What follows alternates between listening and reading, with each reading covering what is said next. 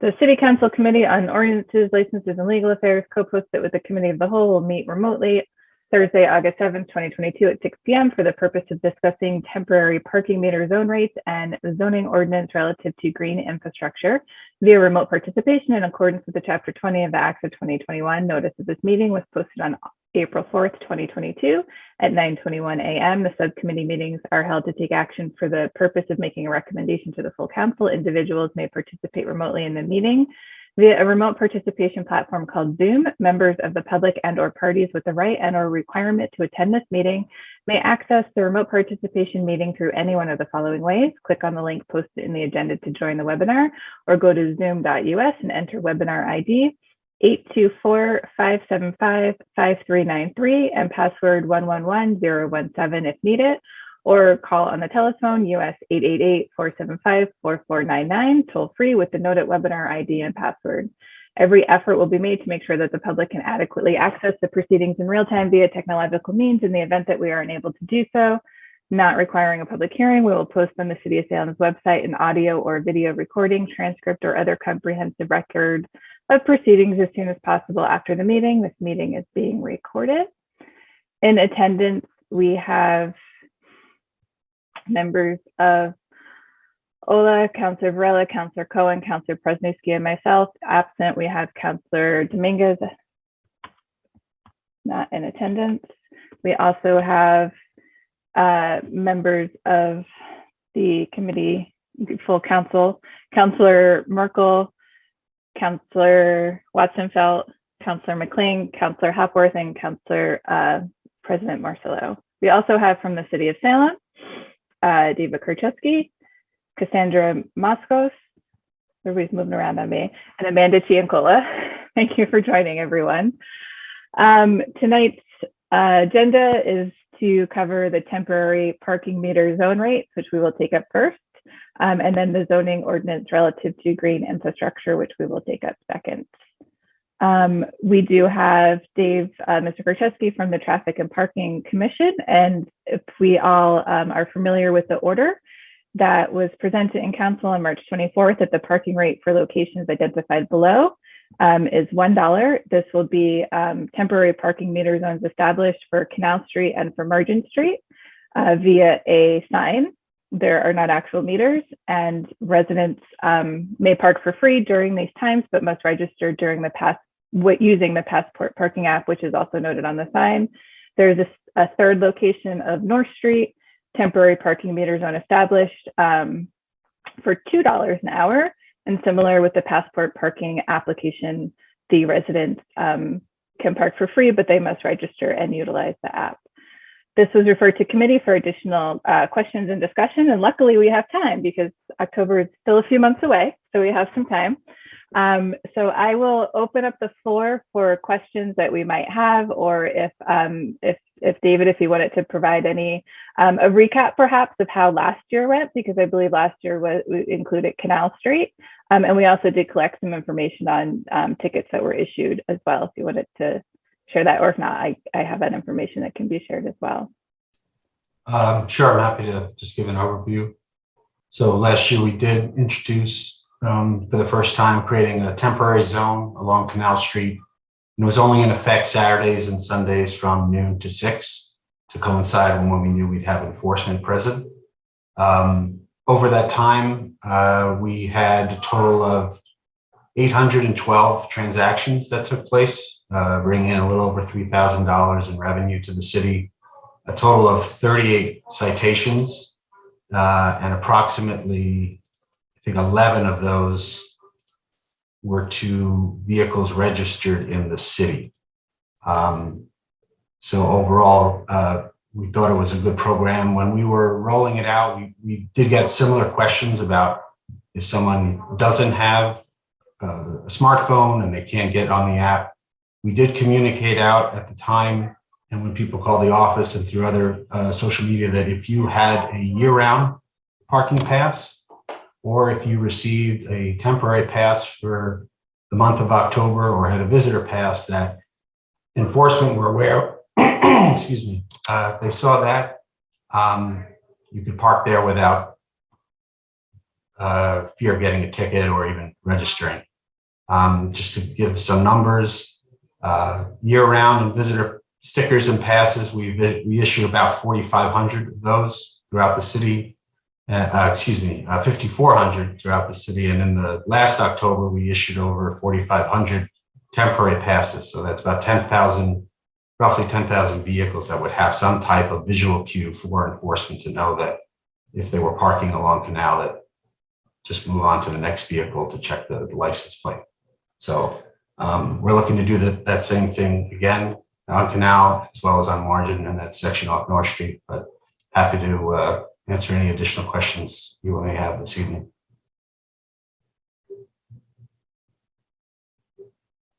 Thank you, Dave. Could you just repeat, did you say roughly 10,000 vehicles were issued passes total between the temporary and the year-round? Right. So last year, between stickers and visitor passes, there's about 5,400 issued, and then we issued another 4,500 passes for the month of October. Thank you. Councillor Cohen? Thank you, Chair Riccardi. Through you to Mr. Kucharski. So it seemed like the project on Canal Street, the test on Canal Street, was pretty well received. One thing that was brought up at the Traffic and Parking Commission meeting was that some residents who tried to use the app to let the city know that they were residents were still charged a fee. And I just wanted to confirm that that's something that will be fixed for this year. So there is a, Madam Chair, through you, so there is a 15-cent transaction fee when you register with the app. I did check with Passport to see if this could be either put to the city, but it's not that easy to fix. It's not something you can turn on and off or make specific to a zone. That would, if the city were to pursue that, it would be, the city would cover all transaction fees that would be happening during that time period, which can amount to a significant amount of money. So I think that it is somewhat misleading that it's free, but again, it's 15 cents just to register the car. And if someone is unable to, for whatever reason, not have the app, gets the ticket, there's instructions on the back of the ticket where they can appeal it. If they show that they're a resident, the ticket would be rescinded. So, if I could just follow up, Chair Riccardi. So just so I can explain to some residents. So the fee is just for registering the app, and it would be a one-time fee. Correct. You pay 15 cents when you register the vehicle. Thank you. For that session. For that session. So I think it's a 15-cent charge each session. It's not a one-time fee. Correct. It's a 50 when you park your car for that session, it's 15 cents. Right. So if you use it Saturday and then you use it Sunday, it's two 15-cent charges. Correct. Councillor Merkel? Thank you, Chair Riccardi, not being a member of the committee. Also, I just wanted to add that I had driven down Canal Street to take a look at the signs, and I thought I would contribute that there were a lot of them. They weren't hard to notice. I was like, I hope I can, see the sign, and there were plenty of them. It would be hard to miss, so I was happy about that. I thought there was a lot of clarity, and also I had spoken to to the traffic and parking, and I was told I was glad to hear that there was little to no negative feedback, from the community with the parking fees that went in on Canal Street. I felt pretty good about that as well. If you had any extra feedback about that, but my understanding is there was very little. 11 is a low number, and it seems like it had gone smoothly. Thank you.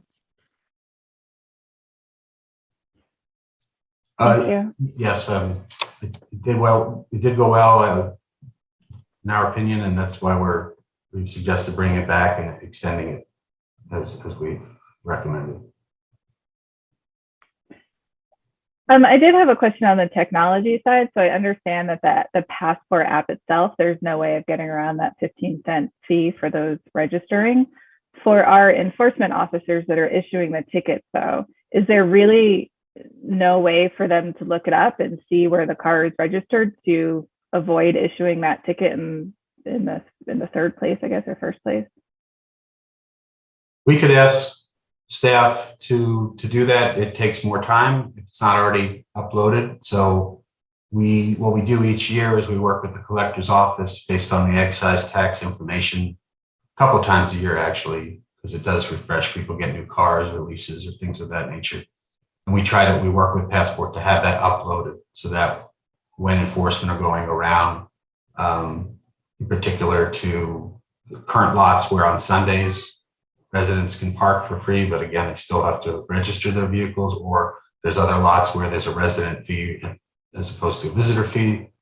So they could, in theory, look at it, but the vehicle plate itself would have to be registered. They might be a Salem resident, but for whatever reason may not have had their car registered yet, but I think it would cover most people. I could certainly work with have enforcement do that in these locations for issuing a ticket. It's just another step that they'd have to take, and it wouldn't guarantee that the plate is not already in their system. Can I just have clarity on what that step is? So if the enforcement officers are using the Passport app to issue the tickets, and the Passport app has that data in there, is the step just another step within the app for them to look it up, or is it a step outside of the ticket issuing process? They'd have to put in the plate number and see if it was already pre-populated in other lists that they maintain on their handheld devices, typically when they're in the lots, because that's usually where they're using the license plate based technology is in the lots, because it's based on plate, not by meter or space. So we'd have to ask them. I can confirm that, but I think that's possible to ask them to put in the plate number if they're a resident and they haven't registered for that particular zone at that time, that they could move on without issuing a ticket. Yeah, I'm just curious about what the extra time entails. My last question is, so you said that there's a note on the back of the ticket that says that they're it has, like all tickets have what the appeal process is on the back of the ticket. This isn't anything special in regards to if you are a resident, you should not be charged. Like there's no additional language. Okay, I just wanted to clarify that. Yeah, it's just how do you appeal. And the fact that the signage enforces if you're a resident, you can park for free. I would think that someone could appeal a ticket based on that and show proof of their residency. Councilor Watson-Phillips? Thank you, Chair Riccardi. Not being a member of the committee, just one more tech-related question about the app for Mr. Kucharski. When someone goes into the app to register their vehicle, and is there any way, like, is there a validation process, or is there a way that like that can be, like, false information can be put in there, and this whole thing could just be a moot point because tourists will figure out how to hack the system? Like, is this, is there any way around it, or is there an internal database search that goes on when the information is entered?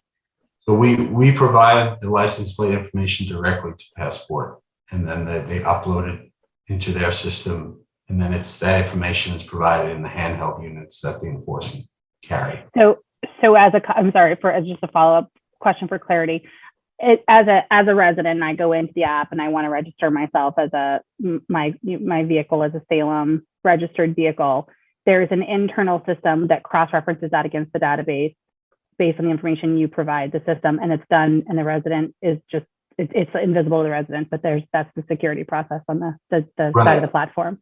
When Okay. that zone is established, because it's established as essentially a resident fee and a visitor fee, when you put in your plate information, it will say, okay, you're in the system, you've registered yourself, no need to put additional funds in to pay for time. Awesome. That's helpful. Thanks so much.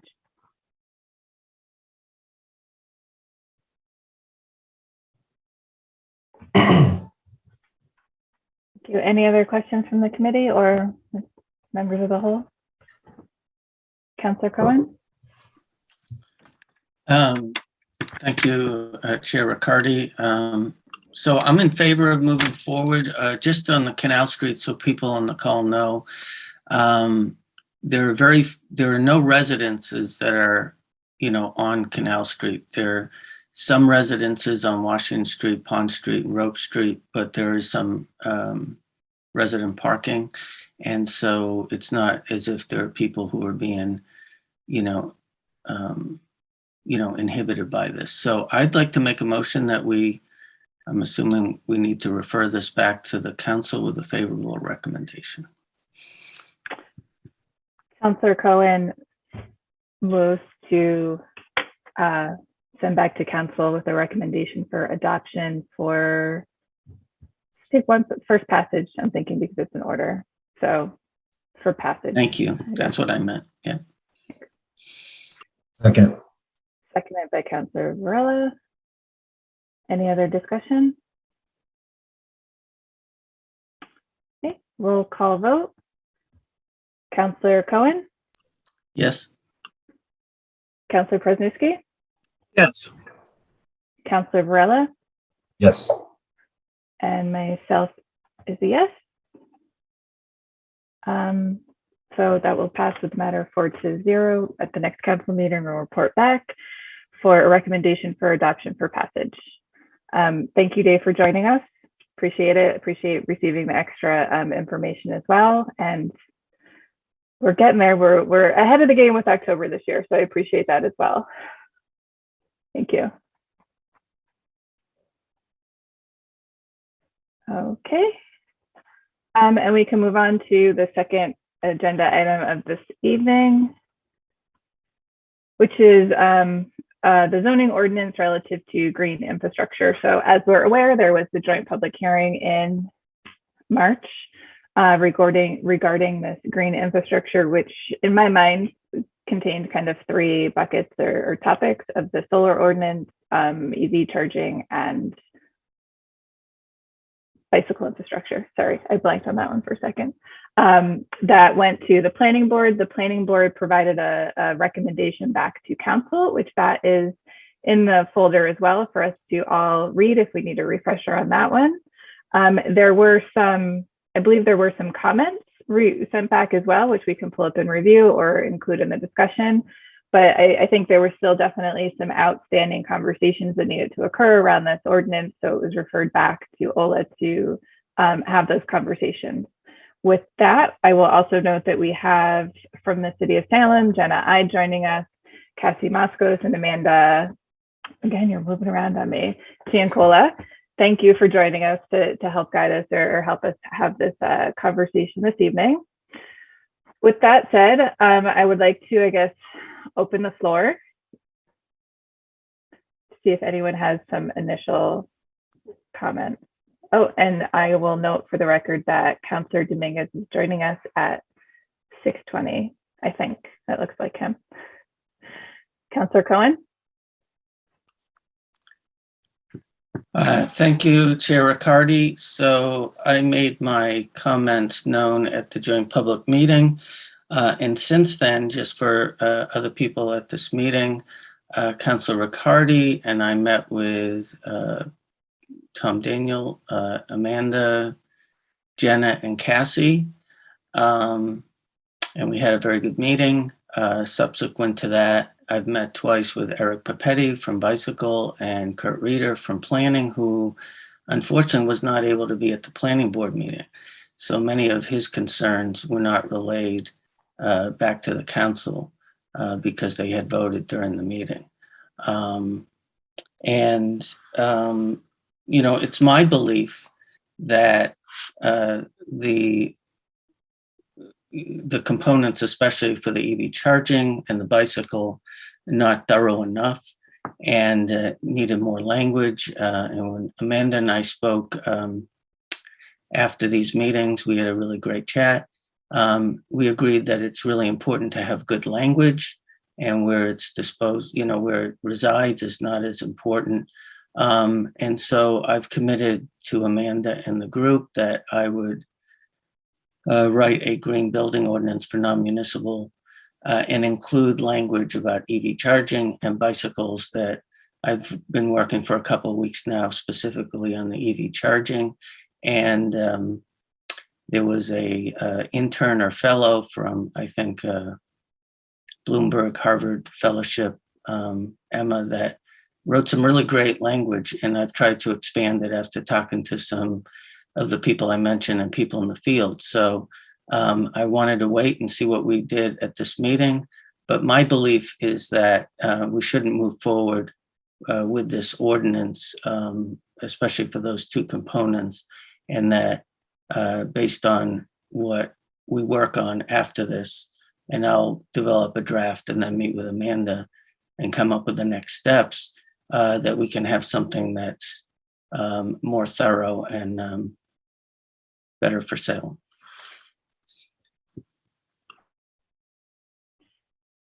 Thank you, Councillor Cohen. I will add to that some, because this was a zoning matter that went to joint public hearing. I want to kind of add some background for the other councillors as well around the timelines that we must adhere to and follow, and kind of the rules we have to follow with zoning changes. So this went to joint public hearing. That public hearing closed in March.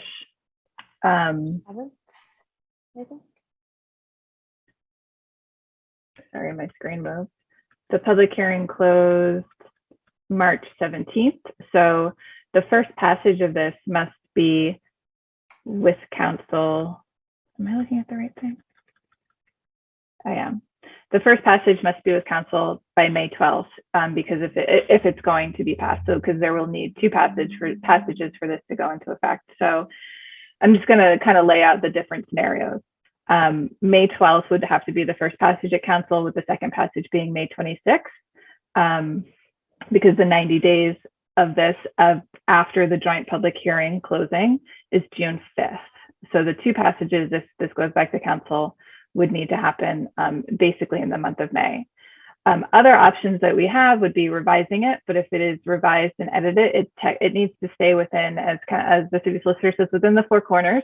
And what does that mean? Well, that's kind of a little hard to explain, but it's within the four corners of what was advertised and what was spoken to at the public hearing. So we can make edits and adjustments, but those edits and adjustments do need to be within the four corners, and we cannot really add anything to the ordinance. So I guess it could more so can be taken out, but not necessarily add anything new, because that would need to go through the whole joint public hearing process and advertising and all of that. Since this did have a positive recommendation from the planning board, if it went back to council and was voted negatively, it would need to wait a full calendar year or till the next calendar year in order for it to be reintroduced again. Now, in order for similar language to be reintroduced again, so it can be different language, but a similar topic, but as long as the items are different, it can be introduced within the same calendar year. I think I covered all of the scenarios. If I'm missing any, Amanda, let me know, or if anyone else has anything to add or questions around what I just said. Councillor McLean? Thank you, Chair. My question relative to what you just said is a matter such as this separable? And I ask that question because I think there are portions of this ordinance which are well developed that I think we could find consensus around, and I think there are some others we have concerns around. So is a zoning ordinance such as this after the public hearing separable, where we could advance a portion and not the rest? My understanding is yes, in the sense that if we wanted to strike or remove a section, we could definitely, like, say we wanted to strike or remove the EV charging. Yes, but in order to bring that section back new, it would need to be different than what is included in there. And then yes, we could revise, like, say, the solar or wordsmith that piece. Again, okay. I hope I'm pretty sure I got that right. But I see Councillor Cohen has his hand raised. Can I just add a little bit of sure. commentary right after that? So having asked that question, that clarifying question, I do think that there are portions of the ordinance that are better developed. I think the information relative to managing our solar installations is pretty thorough and well thought out. I think the EV charging station portion of the ordinance clearly needs a deeper dive on it, and I appreciate Councilor Cohen's willingness to engage with that process. I think it's also important that that process includes an opportunity for a real thorough discussion among the broader council, because I think there's an educational component both for us and for the broader city before we move forward with that. I think as we looked at it and asked a bunch of questions, it became clear there was some learning to be done. And as far as the bicycle parking, I think it's okay. I think the requirements for the amount of bicycle parking based on employee numbers are unreasonable, frankly. I think one long-term bicycle parking space per 4 employees is pretty cumbersome when you look at the definition of what long-term bicycle parking requires, right? These are not just bike racks. These are fully protected areas that people will have to facilitate. And that's going to be, I think, difficult in a land poor place like Salem. So I would be, not being a member of the committee, I think I would be more inclined to be in support of the solar portions of this and to leave the bicycle and the EV charging portions behind for more work, more research, more discussion over time. Thank you. Thank you. Councilor Cohen? Thank you, Chair Riccardi and Councilor McLean. So another little bit of history. I was the vice chair of the CERC committee when the solar ordinance was submitted there, and had a terrific meeting. It was about an hour and a half with Cassie, Jenna, and Tom. And we literally went through the solar ordinance line by line. And I believe that the general intent is not to affect, for people on this call, rooftop residential solar and negatively impact that. And so a lot of language was removed or revised, but the ground mount solar portion, in my opinion, is really excellent. I know a little bit about solar, and having been in the field for 12 years, and I think it's really excellent, and it would, in the short term, address issues like the proposed solar farm that was going to happen potentially on Swampscott Road. So it creates a really good process, and I'll wait until there's more discussion, but I agree with Councilor McLean. I would definitely move this to strike the EV charging and the bike, knowing that we're going to have something else in place that we can work on together, but so we can move forward on the solar portion.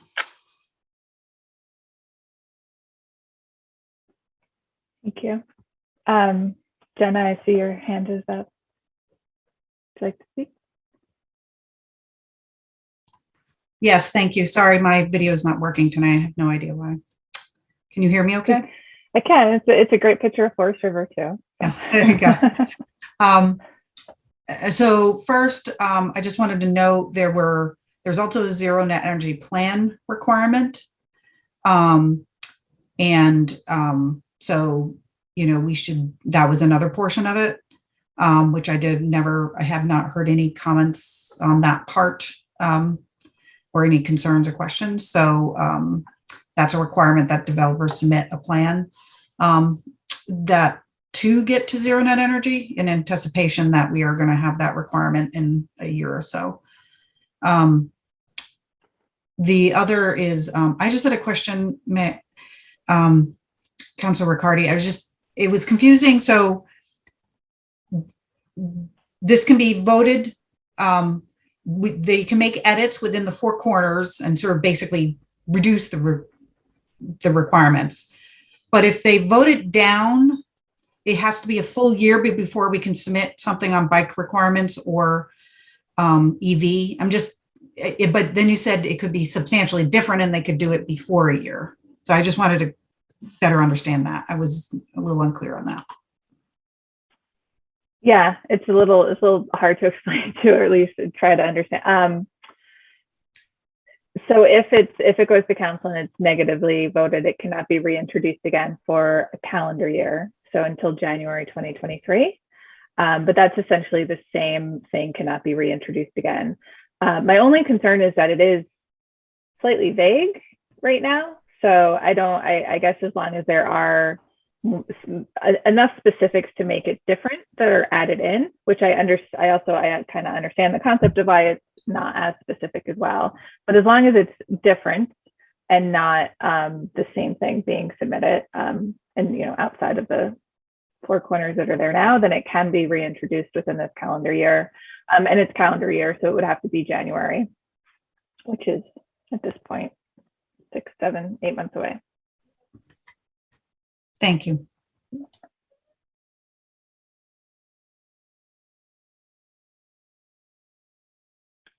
Any other comments or questions from the council or from the committee of the whole?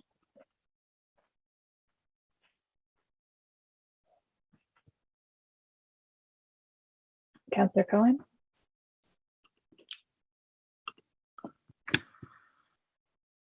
Thank you, Councilor Riccardi.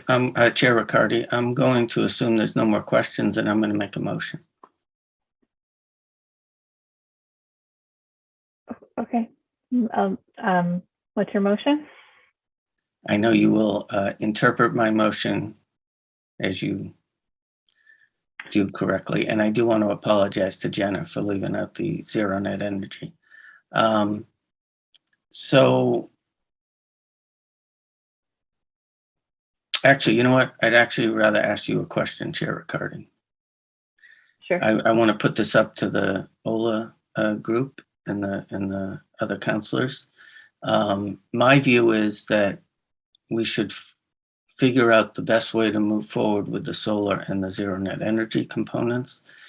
And so I'm just asking a question here, is that that we would refer it back to the council with that recommendation, or would we recommend striking the other parts? So I think that this is something that would be something that we should work out within OLA. So we would keep it in committee while it's being worked out. And that's what I'm hearing. That's kind of a route that I think could work out as well, of focusing on the solar and the zero net energy portions of the ordinance. I believe, was there feedback sent? I was opening up the planning board letter. They just had comments on the EV parking spaces and clarity about EV charging ready. They didn't have any comments on the solar, but we would want to take a really close look at just the solar piece. So essentially edit it and revise it to remove the pieces that, if we as a committee believe that they should be removed, such as the EV charging and the bicycling, and then have an updated draft. And then as a committee review the updated draft, see if there's any additional edits. We don't want to be doing this on the council floor, so we'll get that keyed up, and then if it's the will of the committee to send it back to council in that form, we can do that. Did that answer your question? Sure, I guess so. Yeah, so my view is that the net zero is fine the way it is, that the solar is really just a matter of semantics. There's a couple of things. I think you received Kurt Reeder's edits after the planning meeting. He had some things that he was, some of it was like definitions, like is adequacies a phrase by itself that would be, right for an ordinance. he also, just bringing up a couple of them that he pointed out, is that in the zoning portion, it would enable ground mount solar in residential commercial zoning. And the question to the OLA group would be, is that something we would want to include? Because I can work on some of the language, but I felt like that was the biggest objection that he had. That made me think. And I don't know if Cassie, Amanda could address that part, because I'm not exactly sure what residential commercial zoning is. Sure. Yeah, I was just going to ask too. I don't know if everyone on the committee or everyone here has seen Kurt's comments. I know I tried to open them and it was a PDF, so it was kind of hard for me to review the full comments. But I wanted to ask Cassie and see if you received the comments from Kurt, and if you had any feedback on them. Because was that a no?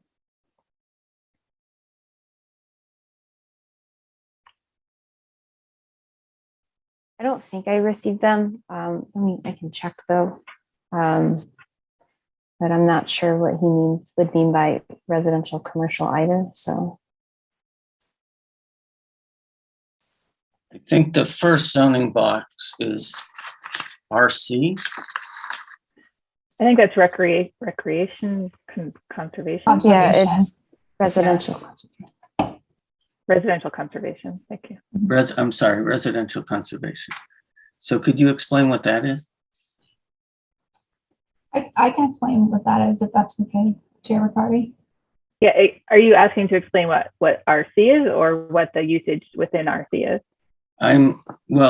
According to the ordinance, medium scale ground mount solar, roof mounted solar, small scale ground mount, and medium scale ground mount would be eligible in RC zone.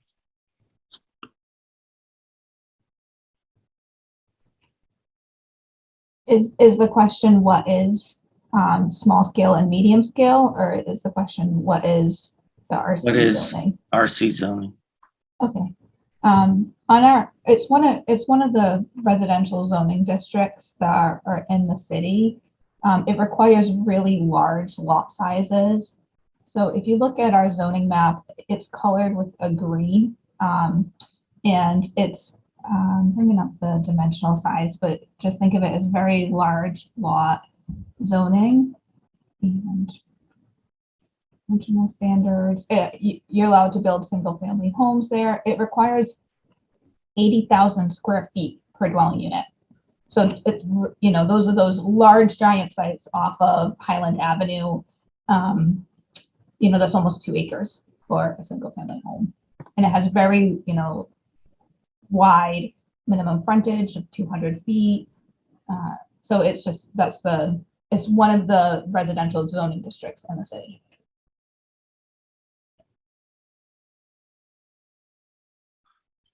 And anytime we look at new uses, we look at the table of all the zoning districts. And so you have to identify if the use is allowed, and if it is, what the process is, by right, by special permit.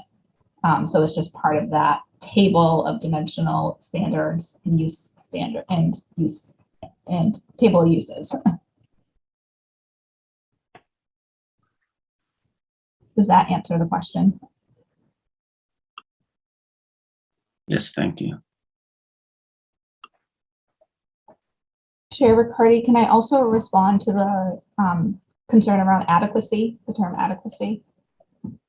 In the site plan review, we use the term adequacy as the review. So section 9.5.6 is review criteria for site plan review, and that's basically, it's not special findings, where a special permit requires a finding that the planning board has to make. Site plan review is a by right permit, and so it can't be a finding, but the board can look at things like adequacy. And so that's where you see 9.5.6. Currently, there's 13 different things that the board looks at for adequacy. And so it's using that same language for solar and the adequacy of, and that's as determined by the planning board.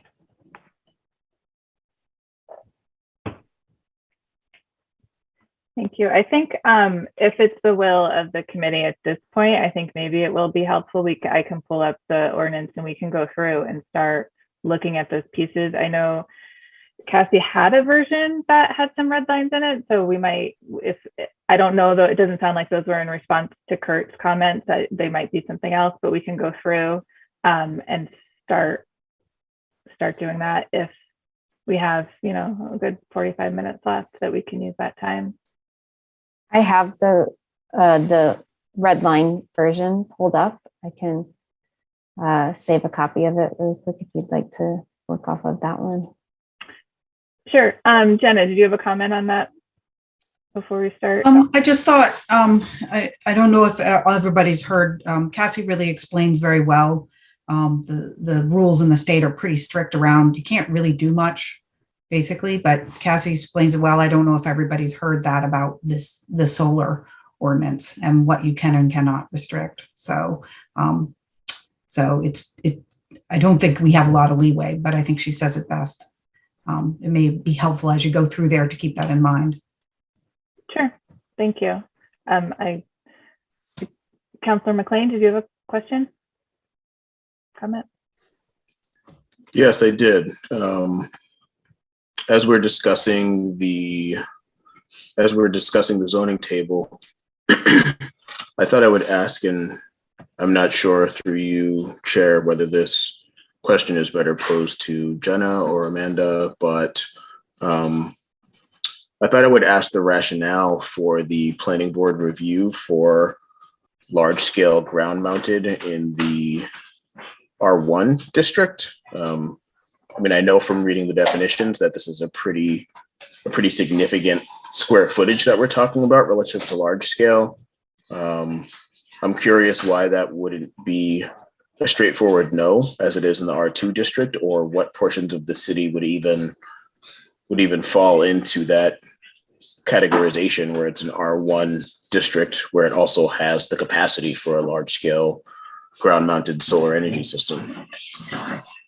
I'll take a crack at that one. So I think that one of the reasons that we kept large scale ground mounted as a planning board review in the R1 district is because R1 encompasses a large portion of the city's residential districts, a large portion of the city in general.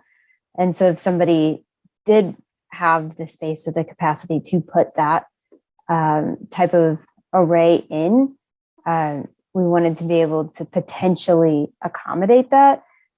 But we did also feel that given the nature of that district and given, you know, the general uses that are allowed in that are primarily residential, that it probably required some extra scrutiny. And so we wanted to add that extra layer in there. Does that answer your question? Yeah, it does answer my question. Thank you.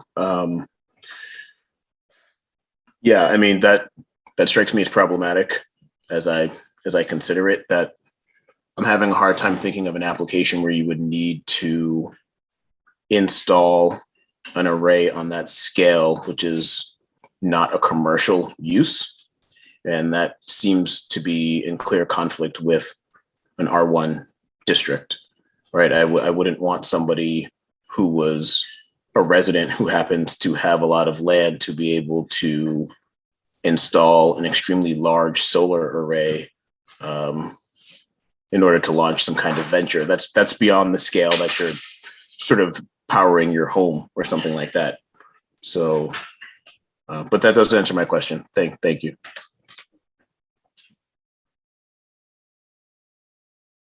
Councilor Varela?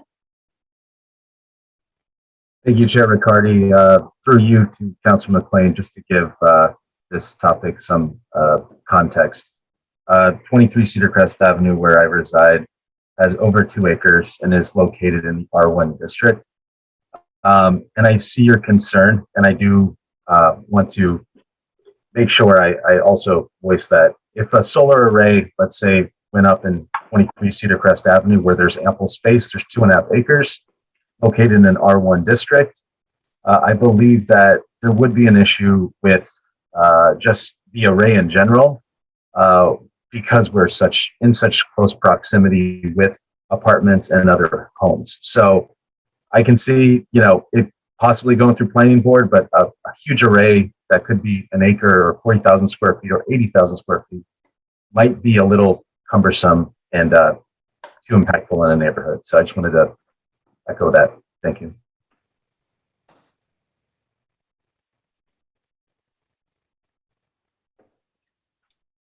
Okay, I think we're definitely getting, oh, Councillor Cohen?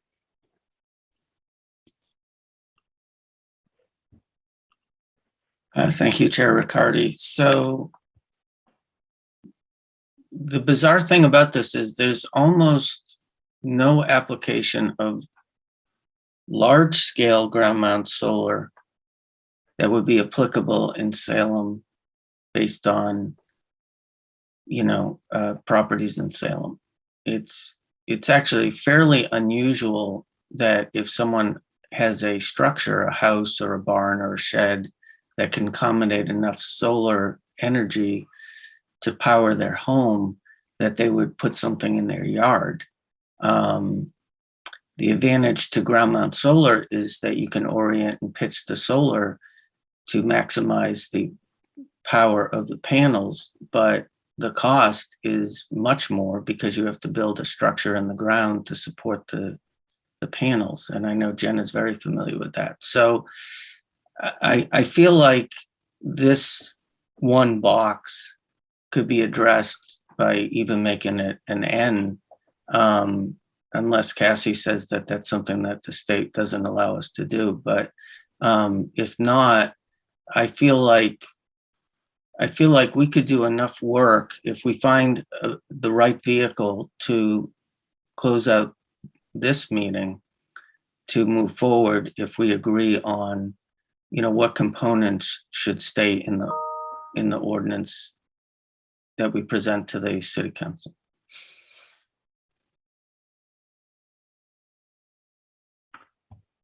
Cassie, did you have any feedback on whether that conflicts with state law?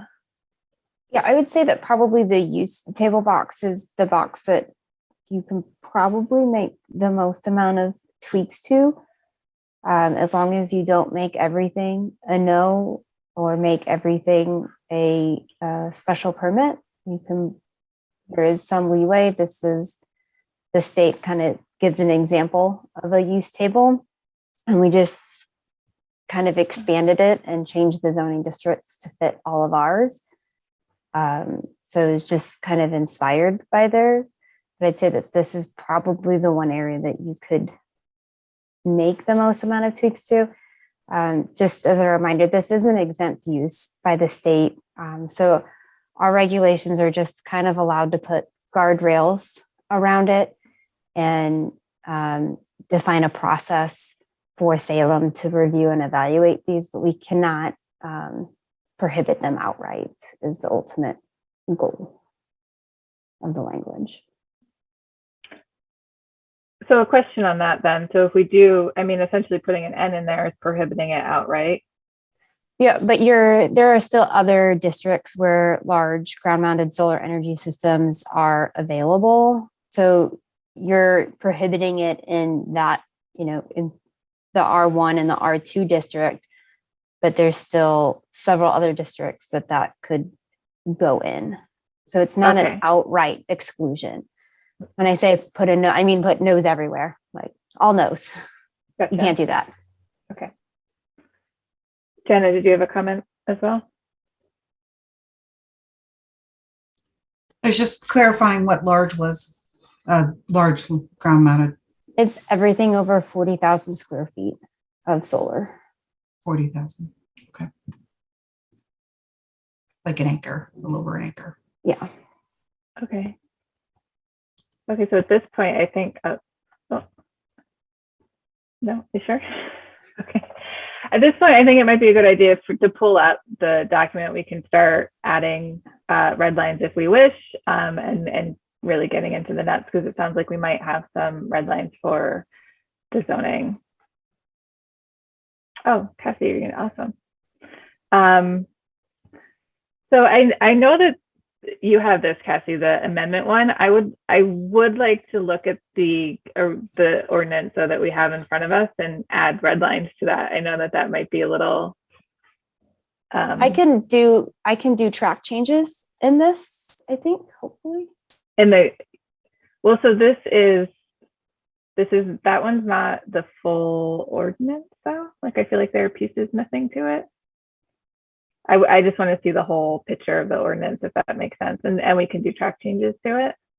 Okay, let me pull that one up then. And I'll turn on track changes. Sorry to be particular, but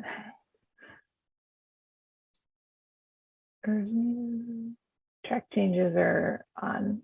So we would just pop in those red lines from that one to this one. That way we get the full picture. Because the first section that once it comes up will be the ordinance to amend the principal and accessory use regulation table, which is what we're talking about now. I think we'll have conversations around amending the RC or possibly amending RC or R1. This one? Yes. Awesome. Thank you. So what I'm hearing from the committee is that we might possibly want to recommend amending this table. And it does make sense that that is within our purview, as everybody's, every city and town zoning tables are slightly different.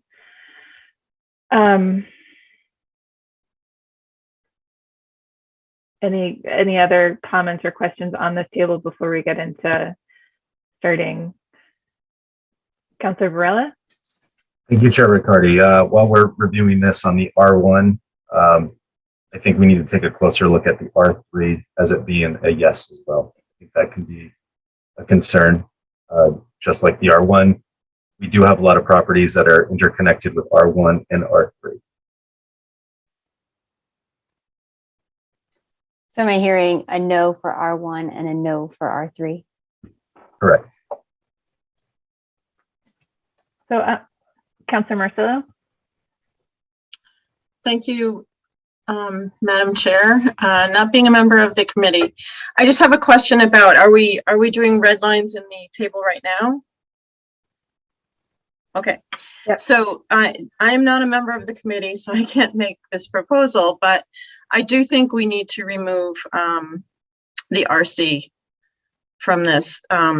All of our parks, or not all of our parks, but a lot of our large parks are in the RC area. And I think this is a huge concern that people have, is that the large ground mounted or even medium ground mounted in these RC areas is a problem. Just shouldn't be there. We need to preserve the open space that we have that has trees on it, hopefully. So that's just what I would like to pass along. Thank you. Thank you. Councilor Varela, is that new hand?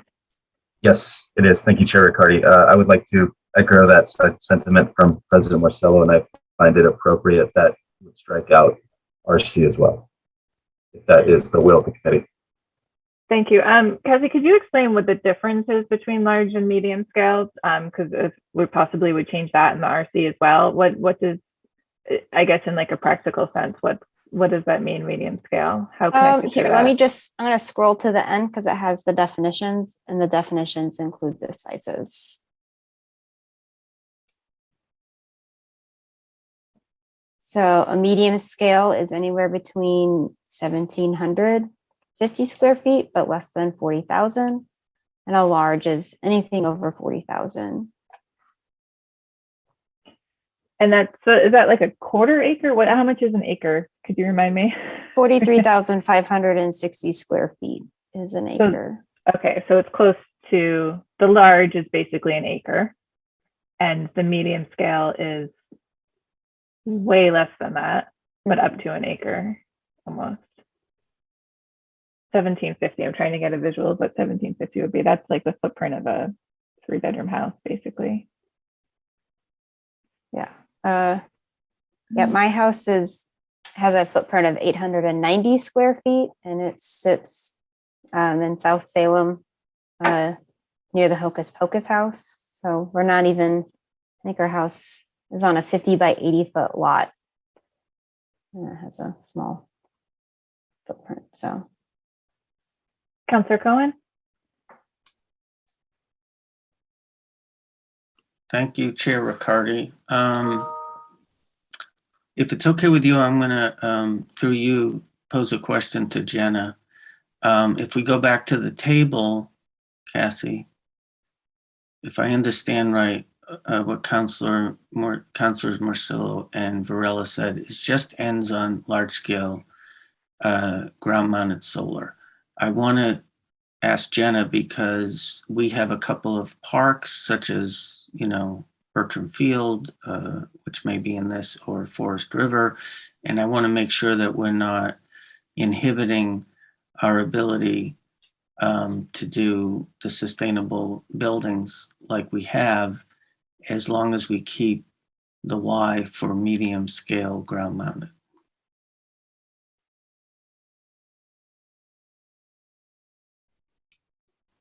I mean, I guess what is the difference between accessory use and commercial? Can we clarify that for this purposes of this ordinance? Yeah, accessory is, it's just that, it's accessory. So if you had, if the primary use of, you know, the building of the site was, I'm going to use not a park example because I can't think of a good park example Like off the top of my head. Pool, for example. The pool pool. building. Okay, so let's say the pool site, you know, you have the pool building and whatnot. That's clearly why the site is there. But if you had an extra acre off to the side that you didn't want to develop as active space or whatnot, you could meet the solar panels on there. Because between 1750 and 40,000 square feet, it would be a medium scale ground mounted solar energy system, but it's accessory to the pool being there. The pool is the primary use of the site, the main driver for activity on the site. Can I add to that, Councilor Riccardi? Please, yeah.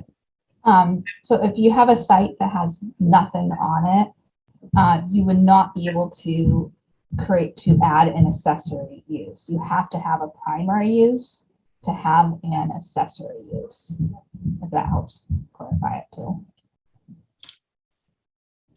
So I guess, I mean, I would definitely not restrict medium. I think large are, you know, going to be, there's very few places. You know, I think we're forgetting that that ground mounted can mean over parking lots, which is a great way to reduce heat load. The parking lot's already there at the park or some other open space, and can generate a lot of energy and provide a lot of benefit. I just, you know, that would be my sense, is that you would probably want to, you know, allow for potentially some, you know, and I'm not going into the sort of aesthetics of it, but more just the, you know, the possibility that you may want to have a ground mounted system over parking areas. I would also note that I think it's critical that we keep in mind how the task we have ahead of us is pretty significant, so that the fact that sometimes you're going to have a place that generates more energy than that uses is going to happen. That's the only way we're going to meet our goals. So I think that sometimes when one resident may have a bigger system and one can't do anything, that's the only way we're going to meet our goals. So I think some flexibility there, I think, would be advisable. You know, I think mostly what we're going to see is medium. I really don't think we're going to see many large. I think we're really talking about the medium size here, but that's my 2 cents on the ground mounted. Councilor Marcillo? Thank you. So just to clarify, if a parking structure has these solar panels, you would consider that a medium scale ground mounted accessory use?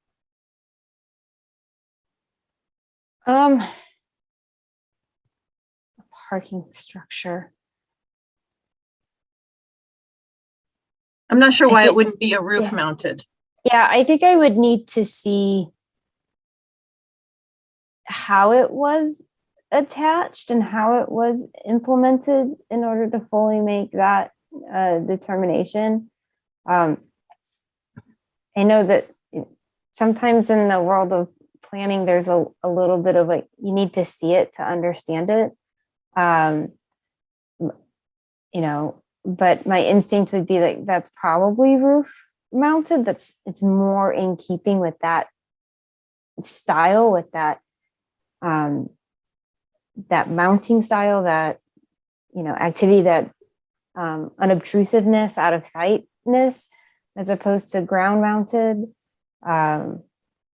You know, ground mounted. But if it was, like Jenna said, in a parking lot, it could be like mounted to a pole in the kind of in between the parking aisles there. And that definitely would be ground mounted. So I would lean towards that would be roof mounted, but I would want to see something specific before I said absolutely always roof mounted.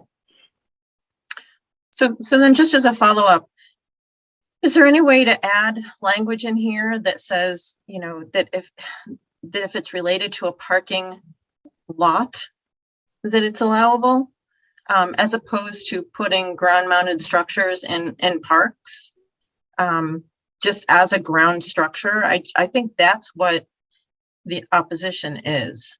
And also, I would, since have the floor here, I would also like to see an N in the commercial use in the RC zone for the medium scale, unless someone can tell me why that would be important.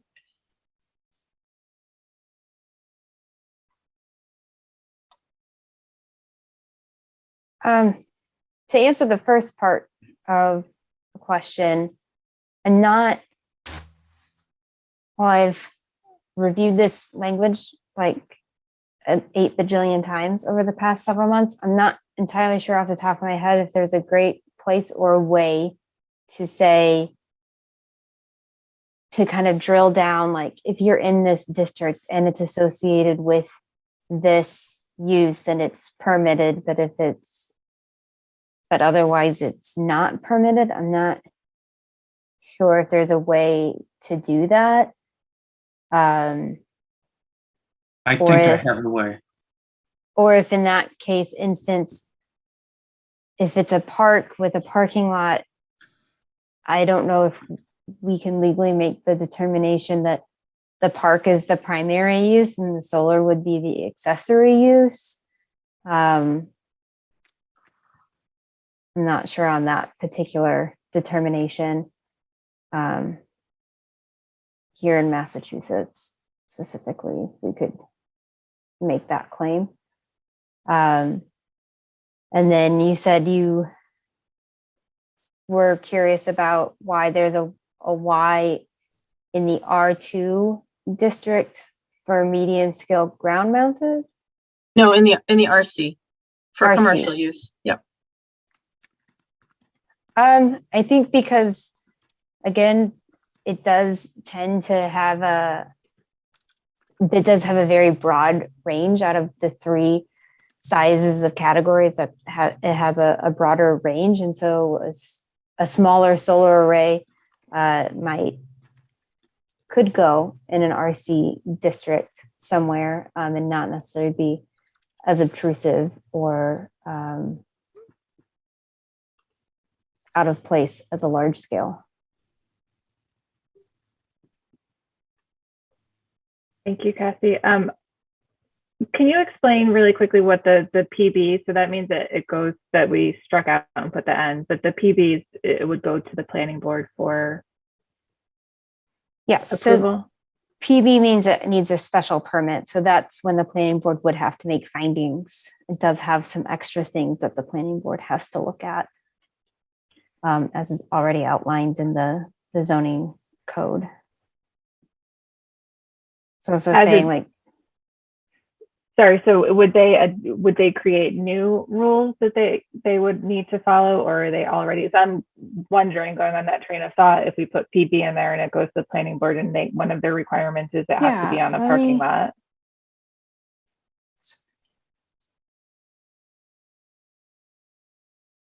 So there's one section in here that designates that the planning board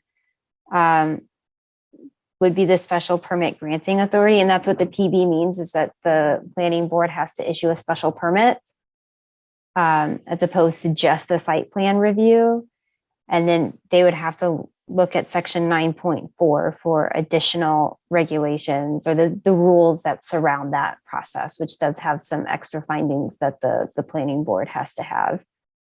I'm not sure off the top of my head if we have anything extra in here for.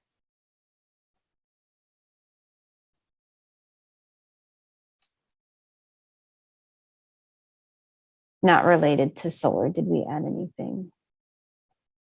Wait, sorry. I'm so used to looking at the other version of this ordinance. Here, section 9.4 criteria, special permits. So these are some of the extra things that the planning board would have to look at. Is this impacts on the natural environment? Nope, not related to solar. So there's a list of, there's at least 4 other categories that the planning board has to look at in section 9.4 related to special permits that they would have to look at for these solar arrays that have a PB in them. Okay. Yeah, I think they're probably similar to the ZBA ones, but I'm just curious if we could add in there loss of trees or something along those lines. I see a lot of hands have gone up during that conversation though, so I'll start going down the line to get other feedback. Councilor Cohen, I think you were first. Thank you, Chair Riccardi. So I think what Jenna was referring to, which people probably have seen Endicott College and other places, is canopies, which we could put, in the high school, school parking lots, for example. And that's brings up another issue. So this is becoming a little more complicated because if you put solar canopies on the high school parking lot, which would generate a significant amount of power, it would, financially and environmentally benefit Salem, but it would certainly exceed 40,000 square feet. And I do want to mention, I know that not everyone has seen the edits that Kurt had because, it wasn't able to be in this recommendation back from the planning board. There's a lot of language, defining what the planning board's, dictates would be. But I do feel like I'm posing a question to everyone in this call. Is the planning board the appropriate entity to be deciding whether a property should be eligible for any scale of ground mount solar?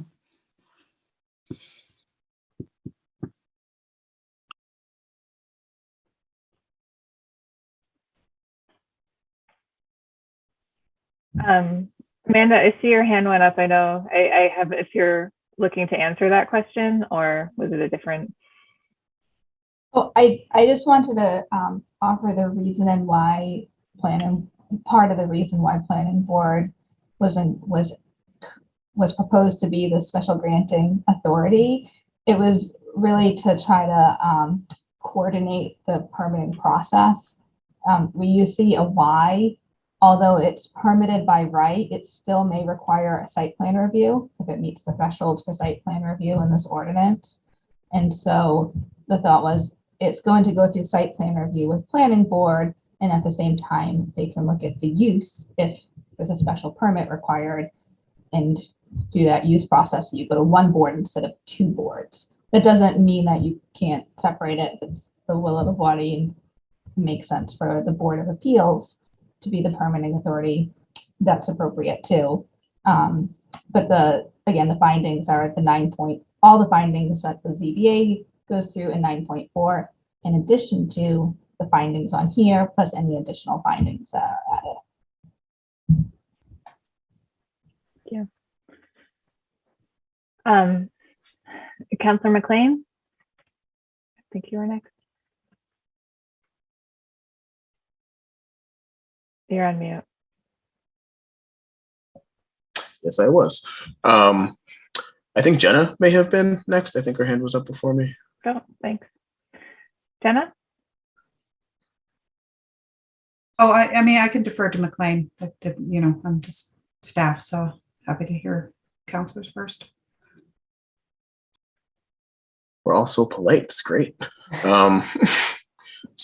This was actually just a clarifying question. I don't know if anybody will have the answer, but as we consider these questions of small, medium, and large, do these refer to coherent installations within a plot, or is it everything across a plot, right? Could I sprinkle pole-mounted solar collectors across a large parcel and then amount to medium or large scale, or is this, you know, I have this amount in one spot and that is of a certain scale, and then I can put something in another location and that is of a certain scale.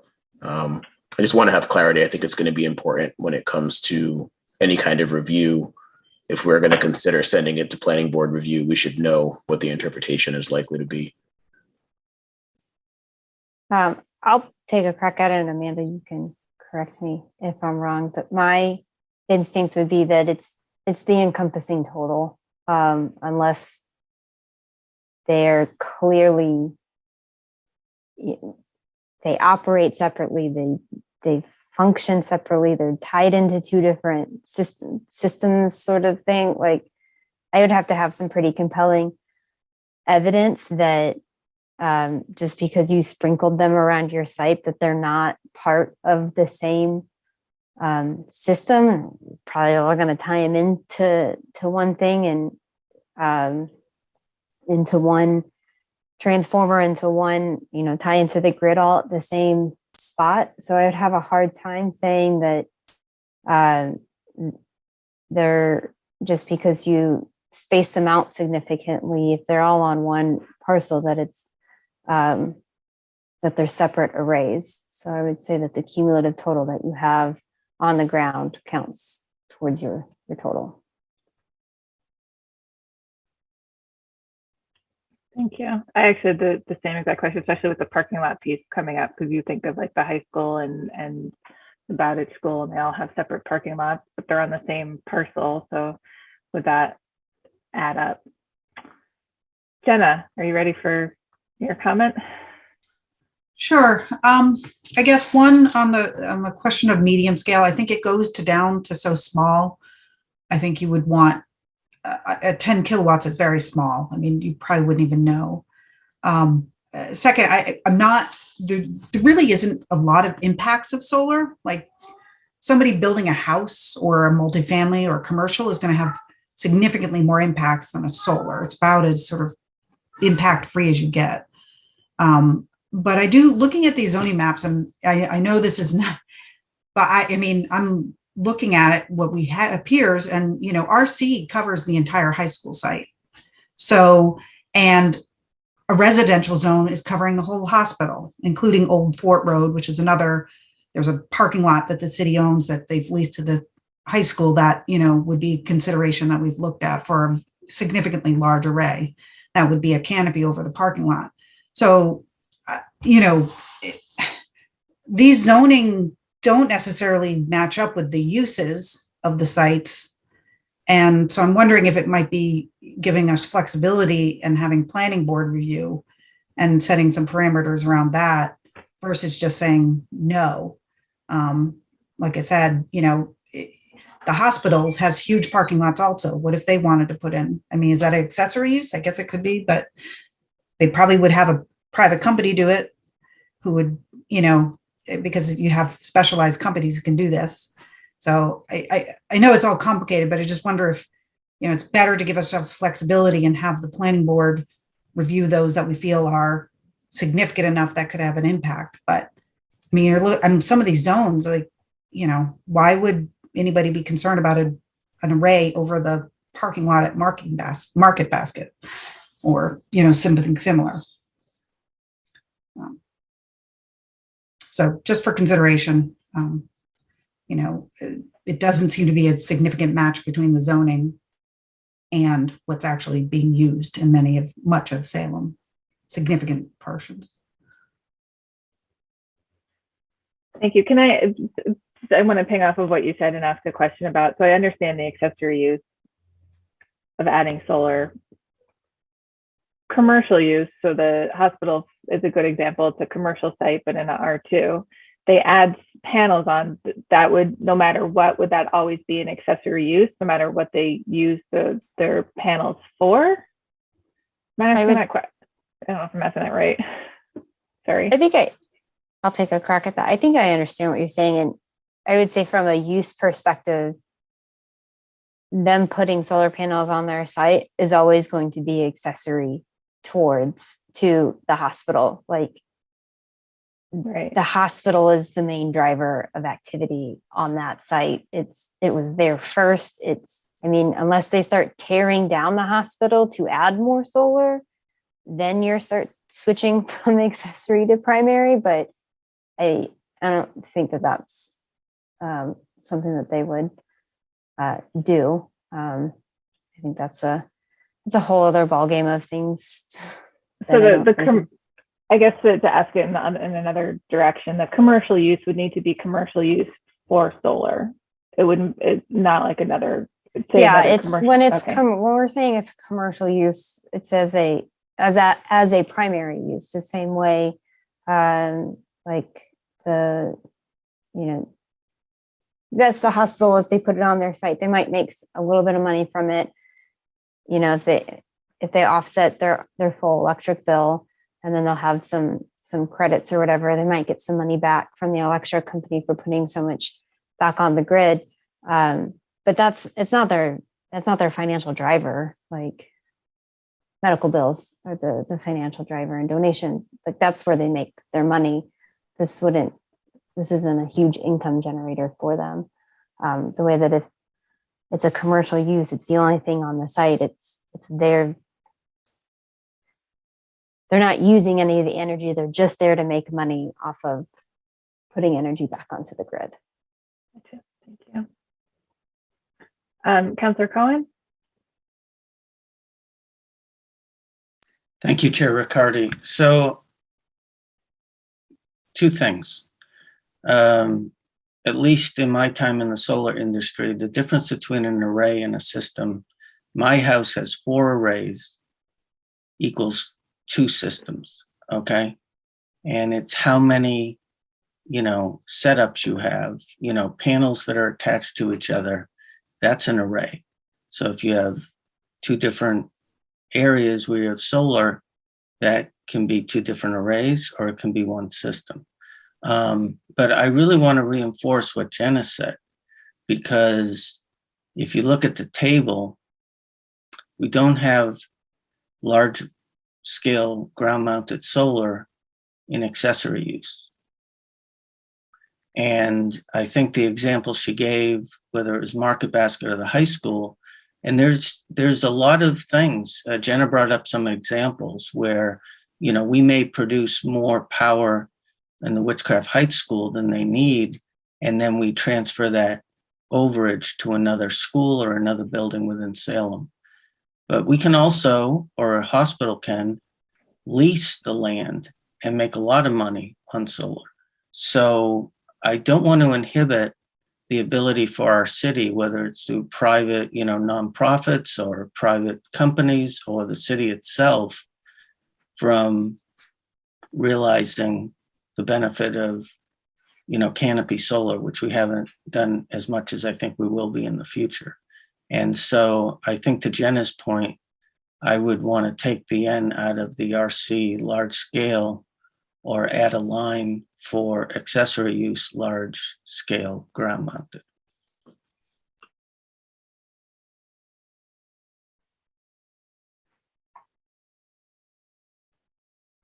Sorry, Councilor Marcillo?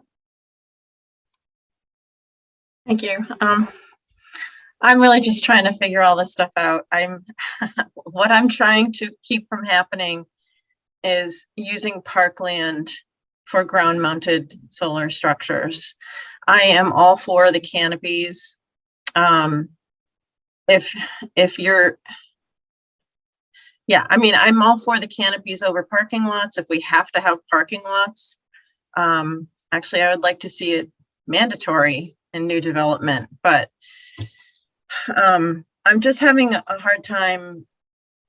If we're going to make it planning board approval for the RC district, then we have to make it really strict that it's only for canopies over parking lots. Because I just, right now, you're right. We don't have a way to distinguish between RC property that is parks and RC that's something else, like a school or like a single family home. I mean, there's plenty of those in the RC district too. And until we tease those uses apart in our zoning table here, we just need to make sure that our parks are covered and that we aren't taking down trees to put in ground mount solar systems because someone decided that was a great idea. It seems counterintuitive to take down trees to put in solar panels. That's it. So that's what I'm trying to do here.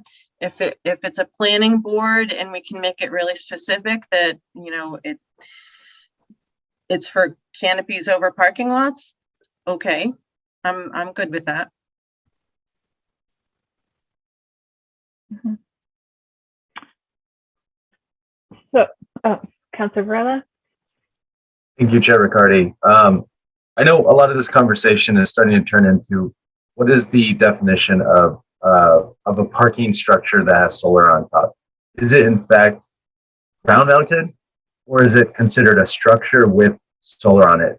Through you two, Cassie and Amanda, is there a way we can establish the use of that and what it's considered, either ground mount or an actual structure? And then from there, have this conversation, because I do believe, when it comes to parking structures, whether it be the hospital or the high school, which is in an RC, that this is an appropriate use, but in fact is a rooftop mounted, or is a parking structure roof mounted, or is it ground mounted? Thank you.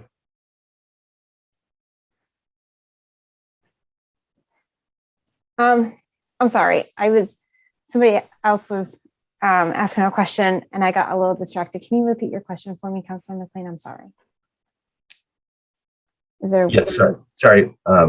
So yes, my question was, in fact, that is a parking structure that is, that has a roof that has solar on it, actually considered ground mounted, or is it actually considered a structure with a roof mounted solar energy system? So let's go. It's ground mounted solar.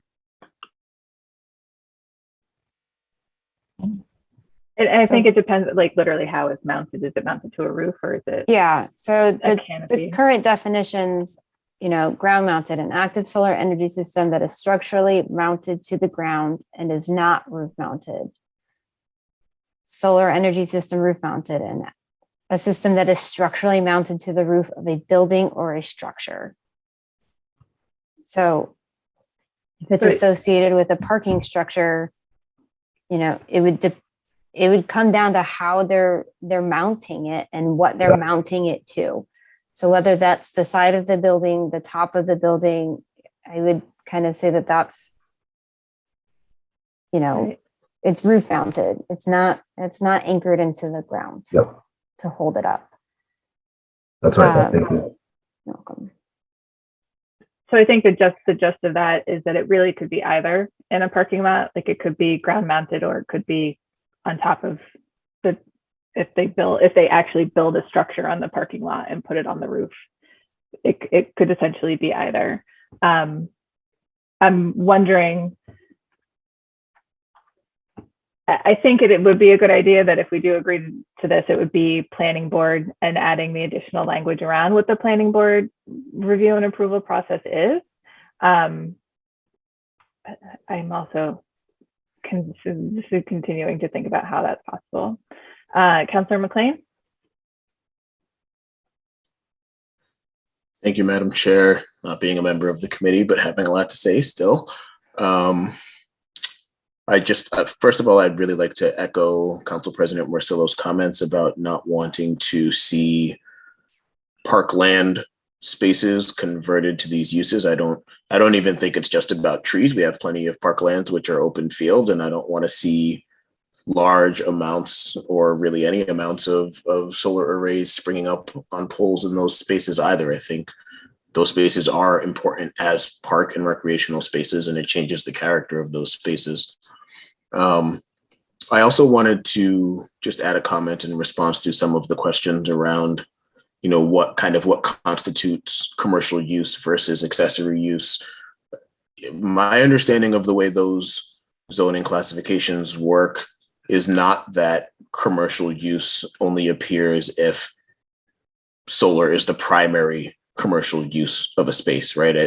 A use of a lot is determined by what is happening there right now. It can be a commercial use now, or it can be some other use. And I don't think that, say for example, the hospital determines to lease some land and allow somebody to put a solar array there. I don't think that necessarily falls into accessory uses just because it's not the primary income of the hospital, or a market basket, to make it a little bit cleaner. I mean, market basket is a commercial use of their lot. And I think there's some argument that could be made one way or the other as to what putting in a significant solar array might constitute if they decided to go in that direction. So I only say that to say I think it's one of the things that I would suggest also could use some clarification as this zoning ordinance is workshopped. I think it would be good to really spell that out.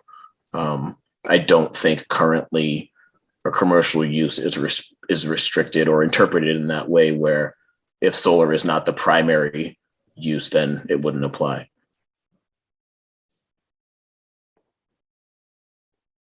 Thank you.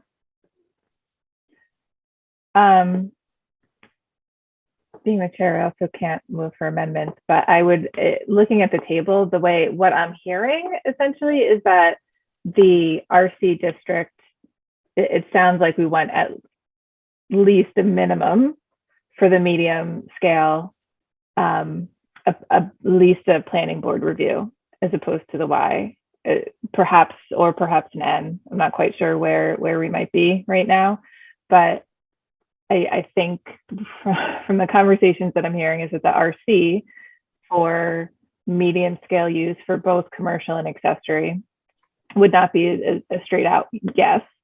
What it should be turned to, I'm not quite sure. I think PB or planning board review would make sense, and then we tighten up what that entails somehow, some magical way.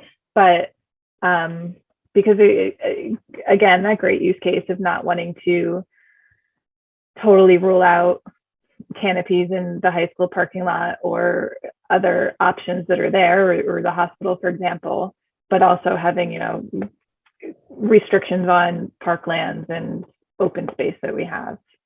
And I'm hoping that by adding the PB requirements, we might be able to get there.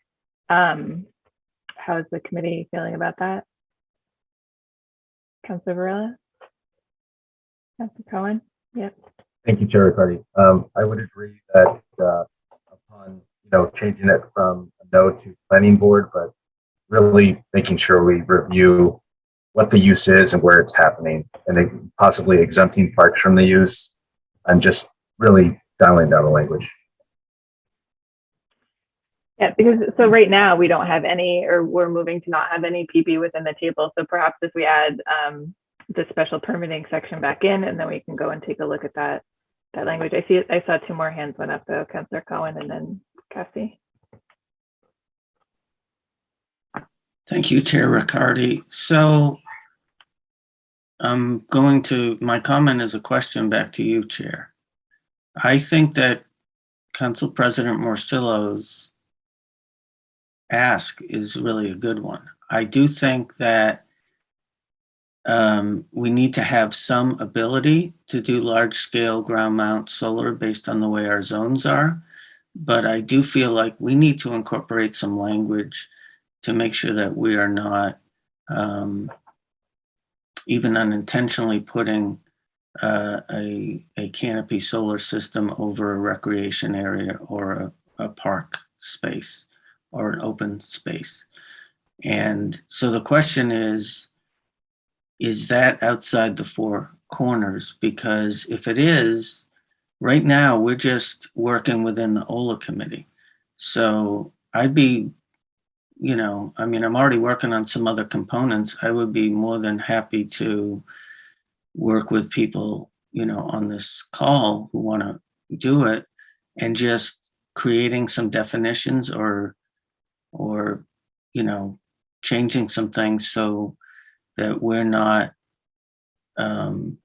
you know, rushing this through, and that we're protecting what we need to, and we're generating the energy that we have to. Amanda, I don't know if you have anything to that, but I think that making these edits that we're talking about would be within the four corners, because it's to the table that was advertised and discussed, and the special permit review authority board is already included in the language. Adding an additional line though of what pieces they're reviewing. Amanda, if you have any feedback on that piece. I agree. You can change the table. You can change definitions as well to an extent. I wouldn't add new definitions, but I think you might be able to do this by changing the existing definitions. But any language that's proposed new, I'd recommend running by our city solicitor to make sure it is within the four corners. Thank you. Cassie, did you have a comment? Yeah, so I think maybe an edit to the roof mounted definition might help clarify and allow some of the things that we would like maybe potentially to see in parking lots, in uses that are in RC districts, but are but not outright allow things like Councilor Morcillo's concerns, that if you kind of add a clause for canopy based solar to be included as a roof mounted, because it's up on a pole and on a structure, so you're kind of creating a roof for it, and I can get into the specific language if you want, but that, you know, since roof mounted solar energy system is permitted in by right in all the districts, then you're kind of allowing it in a certain manner and not like allowing it outright. Got it. If I could just repeat that so I understand. Yeah. So you're suggesting to edit the roof mounted definition so it includes those like canopy type structures that we're talking about that could technically be in, if we're looking at the current definitions, be considered ground mounted because they're directly like bolted into the ground. So that would cover the accessory use items, because then it would fall under roof mounted definitions, and it would cover not putting it in where like current trees are or open spaces, because there's no quote roof there. I don't see roof mounted though in the commercial use section of the table. Would we want to add that into that section as well, so that's available, or was there a reason that the roof mounted solar energy is not included in the commercial use portion of the table? I think it's not included in the commercial use because it's not a standalone use. Roof mounted is always going on something else that's already there. Even if it's a brand new construction building, like the Tropical Products building, for example, if they wanted to put roof mounted solar in, it doesn't matter how much they want to put in, it's accessory to their use. If you have a park that, and you want to put the canopies in the parking lots, that would be accessory to the park. If the hospital wanted to do it, it would be accessory to the hospital. So the roof is always accessory to the other use that it's being put on. Okay, even if it's a money-making definition? venture, it's still an accessory. It's still secondary to what is already on the ground. Well, but even if we edit the definition to include that there I may think not even be if an you edit- actual roof. Okay. I think Just even if you edit, because you're still gonna put it in the in a parking lot. Like I don't think anybody's gonna go out and just put a bunch of poles on the ground to build canopies to get around it. I feel like that's a lot of extra money and expense to do that. Yeah, I think we would have to be specific in what we add to the language to ensure that, because you never know. Yeah. And like I said, Amanda workshopped some language and sent it over to me. So when we get to definitions, I'm happy to workshop that, but I think that might be a potential solution. Okay, great. Yeah, I was just Use thinking table. like if there's like an existing parking lot, so if Conrad's still here, cover your ears. Say the golf course closes and there's an existing parking lot there and there's no other business going on the RC land right now. And, they add them to that parking lot there. There's, I just wanted to make sure that would still be considered an accessory use to the conservation land that's there. I know that's kind of an extreme example, but I wouldn't want to limit that again from there. So it sounds like that might be a path that we can take with the revising the roof mounted solar energy. So in that case, then no edits would be needed to the RC.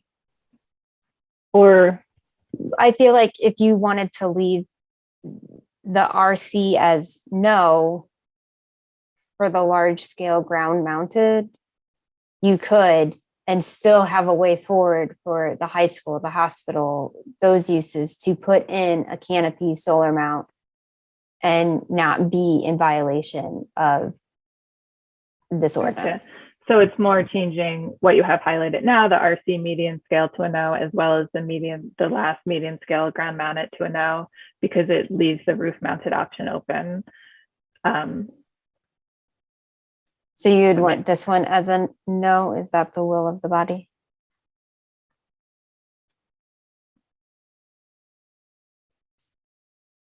But yeah, that's what we're discussing now. I Okay. As chair, I can't make any edits, but yes, or I can't make any motions, but yes, I can suggest that.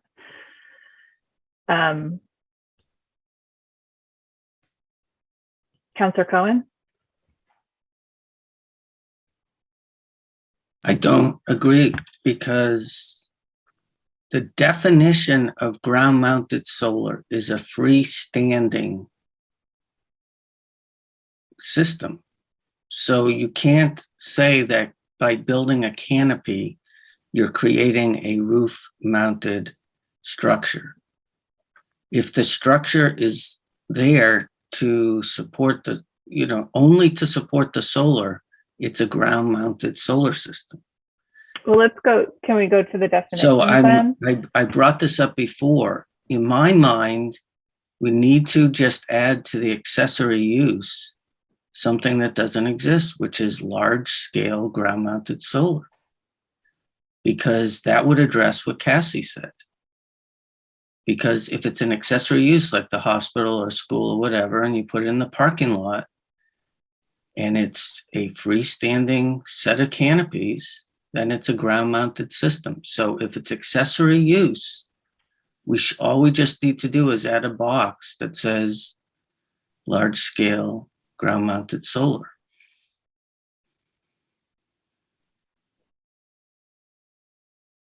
And I see Jenna's hand up, and Jenna's had experience building canopies.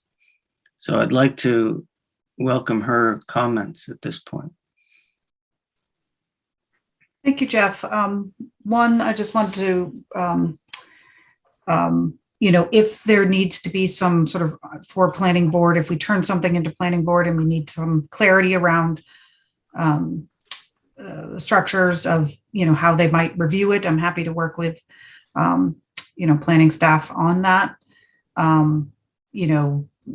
I would prefer that to a no, just because, like I said, I think flexibility is key. Ground mounted solar is, I see what you're trying to do, but I think the industry, when they hear ground mounted, the parking canopy, unless it's over a parking garage, they will consider it ground mounted. As a parking canopy is always ground mounted, right? In the industry, that's how they perceive, that's the terminology they use. It's just adhered differently, and it has different, how they install it. I think we have to remember too that, the parking canopies, they're great, but they are the most expensive to do. So I think we just being conscious of, there are lower and lower incentives in the state. And so it's becoming, quite a, more difficult, I think, to build than it was previously. So I think just being conscious of that, I would suggest that I think the medium is such a low size that I would, prefer that to be a yes everywhere, or planning board if people felt that was more comfortable in putting some structure around that. I did want to just mention though, and I totally hear Councilor Marcello's, and others' concerns about trees. I just want to sort of just, in my experience, I've built solar arrays at DCR on top of Chickatawbit Hill in the middle of an endangered species habitat. That's the timber rattlesnake. They were okay with it and supported it, and they worked through all of the environmental agencies to get and work through that. So I do think that I have seen many environmental organizations, parks, park rangers, state parks, many of them have installed solar in their properties, and it has not necessarily degraded the environmental aspects of it. In fact, it can add to it because, for example, the one at Chickatawbit Hill, the rattlesnakes like the stones because it's hot, so they use that. And other species like some meadow versus trees. So I do think it's important, and I totally understand because I'm a big proponent of more trees, but I do think I think there's ways for us to, think through some guidelines that would support medium scale or large if it's in a certain zones that would, still support the environmental attributes of a site. The other is that there are some sites, and I just don't know if they're in these specific zones that are contaminated. And sometimes solar array is one of the best ways to deal with that because it's really hard to do anything else. And so you can have a solar array there, which can help cap it. And you can, try to do some other things there too, but that can be a use to be able to get value. Lastly, I just wanted to bring up an example of how you might use it, which I think for some of these large scale arrays, particularly for ground mounted.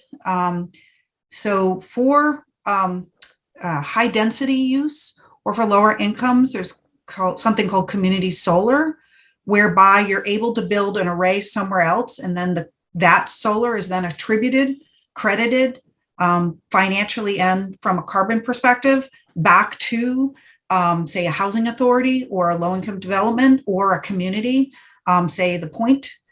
This is particularly helpful for communities that they just can't get enough on the roof. They just don't have the space. So this is a way for, and these are provided with higher incentives. So this is a way that you can utilize space and credit it back to a more part of the city that is really hard for them to have solar, and that can have a financial benefit for them and, other benefits. So I just wanted, just give some context as to where this might go. And, I really appreciate you guys giving me the time to talk through this. And I'm happy to work with whoever in any edits needed around planning board direction. So I'd like to follow up real quickly what Jenna said, Chair Riccardi, regarding her last thing, second to last thing about hazardous properties. The town of East Hampton put a solar array on top of their landfill, and it powers the entire city. We have a transfer station that may have similar issues. But going back to the ground mount solar, the reason I think we need to just adjust the usage is that the two companies I worked for did ground mount solar, and some very big ones and canopies like we all imagine. But anytime we did like a carport on someone's driveway, the only way we were able to get the incentive was it was considered by the state a ground mount system. So if you just think of any freestanding structure that is only solar, it is a ground mounted system. And so I do think that Cassie has a really good point, but the way to address it is to add a use and not change the definition of rooftop solar.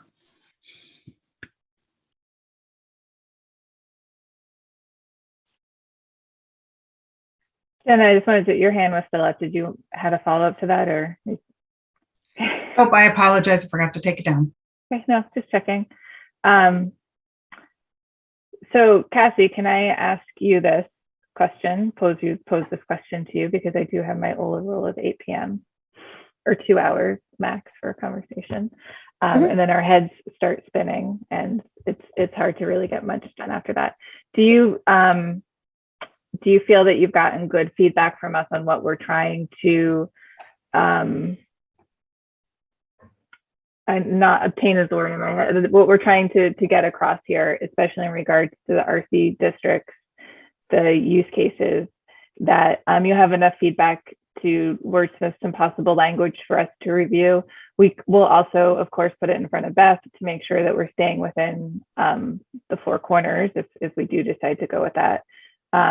But do you feel that in regards to this whole conversation of, parking lot solar and the different uses that we have for our wonderful patchwork of zoning that we have, or did you have any other questions for us on what kind of I think we all kind of have similar concerns here of what we want to avoid. Yeah. I do. I have a question kind of for Jeff and maybe also a little bit for Amanda, just in terms of, I know Jeff just said that the state would, unless it's like mounted to the building, if it's like on the carport, it's considered ground mounted. But that's an incentive, and I feel like that comes from a different type of agency than necessarily the agency that kind of developed these regulations. And do those have to align? And the reason I ask that is, like we look at, the assessor has land use categories, and those don't always match up with our zoning districts and zoning use categories. So do they have to align, or can we classify roof mounted energy not however we want, but to a certain extent, however we want, for permitting processes within the city? Or if, we say I think, Cassie, the intent is what's important, that we want to address the concerns that were brought up.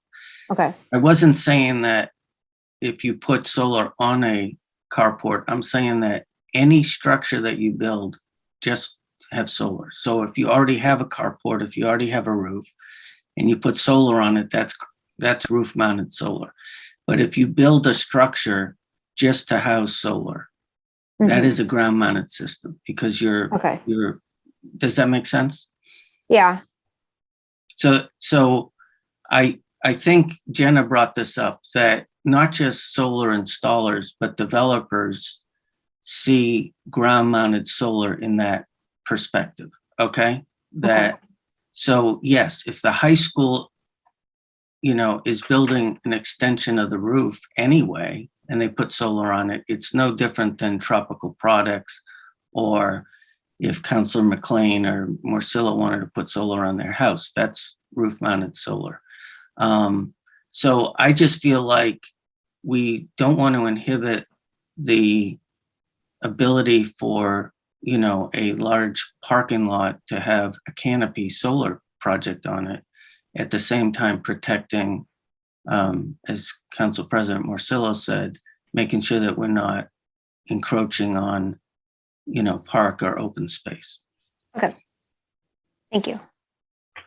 And then to answer your question, Councilor Ricardo, I do believe that I can work with the comments you guys have given regarding this. Great.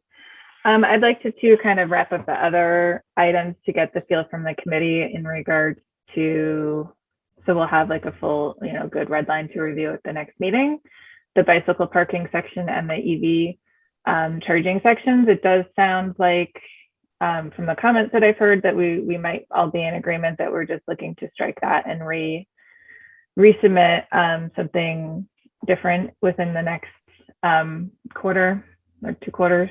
Sorry, I'm checking my stage out language, but within, probably before the end of the calendar year. Any comments or concerns from the committee on that suggestion?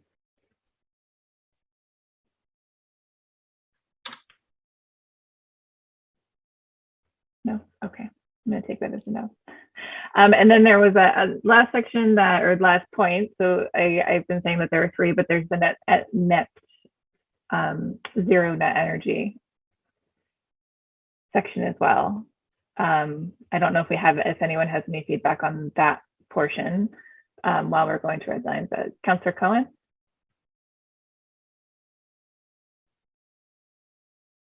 Thank you, Chair Riccardi. In 2014, the City Council 10-1 passed the 100% clean energy resolution, and CERC and I believe, Jenna's department and the city are operating with this concept that we are going to use that as our goal. So I think that should stay. And I'm just giving my 20% opinion here. Thank you. And there were a bunch of other sections too that you scrolled by as we were all talking about. I don't know. I don't want to limit the conversation from the committee if there are any other points of feedback or concern while we have the correct audience here. Well, let me make my screen bigger so I can see. Going once, going twice. Thanks. Okay, so I think I want to say thank you to everyone tonight. I know we had a lot of good conversations as always, Enola. And I am looking forward to seeing some revised language, and I am hopeful that we can make this work, because we have put the effort into this in the joint public hearing with the planning board and the process of all of that. So I am hopeful. And we will look to schedule another meeting, obviously, to review if somebody would like to make a motion on the committee. Oh, can I ask one more question? Sure. There are some references to bike parking and electric vehicles in the review for site plans and also the definitions. Do you want to strike maybe the adequacy portions because you're not having any potential regulations for those right now? Would you want to keep the definitions so that they're there for the future? Or do you want to strike we can all related? We can take out everything related. Okay. At this point, and if we need to add back, but just do the red lines. If we need to add back during the review, we can do that. But okay. I think the recommendation is that those concepts removed at this point. Counselor Varela? If I may make a motion, if it's time. Sure. Yes. I'd like to make a motion that this matter stay in committee. Thank you. Counselor Varela moves that this stays in committee. Is there a second?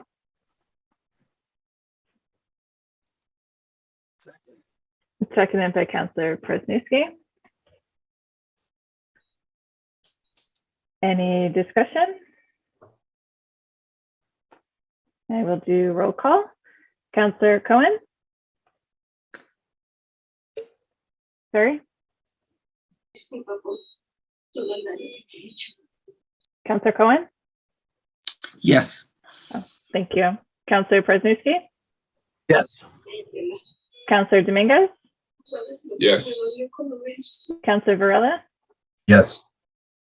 And myself is a yes.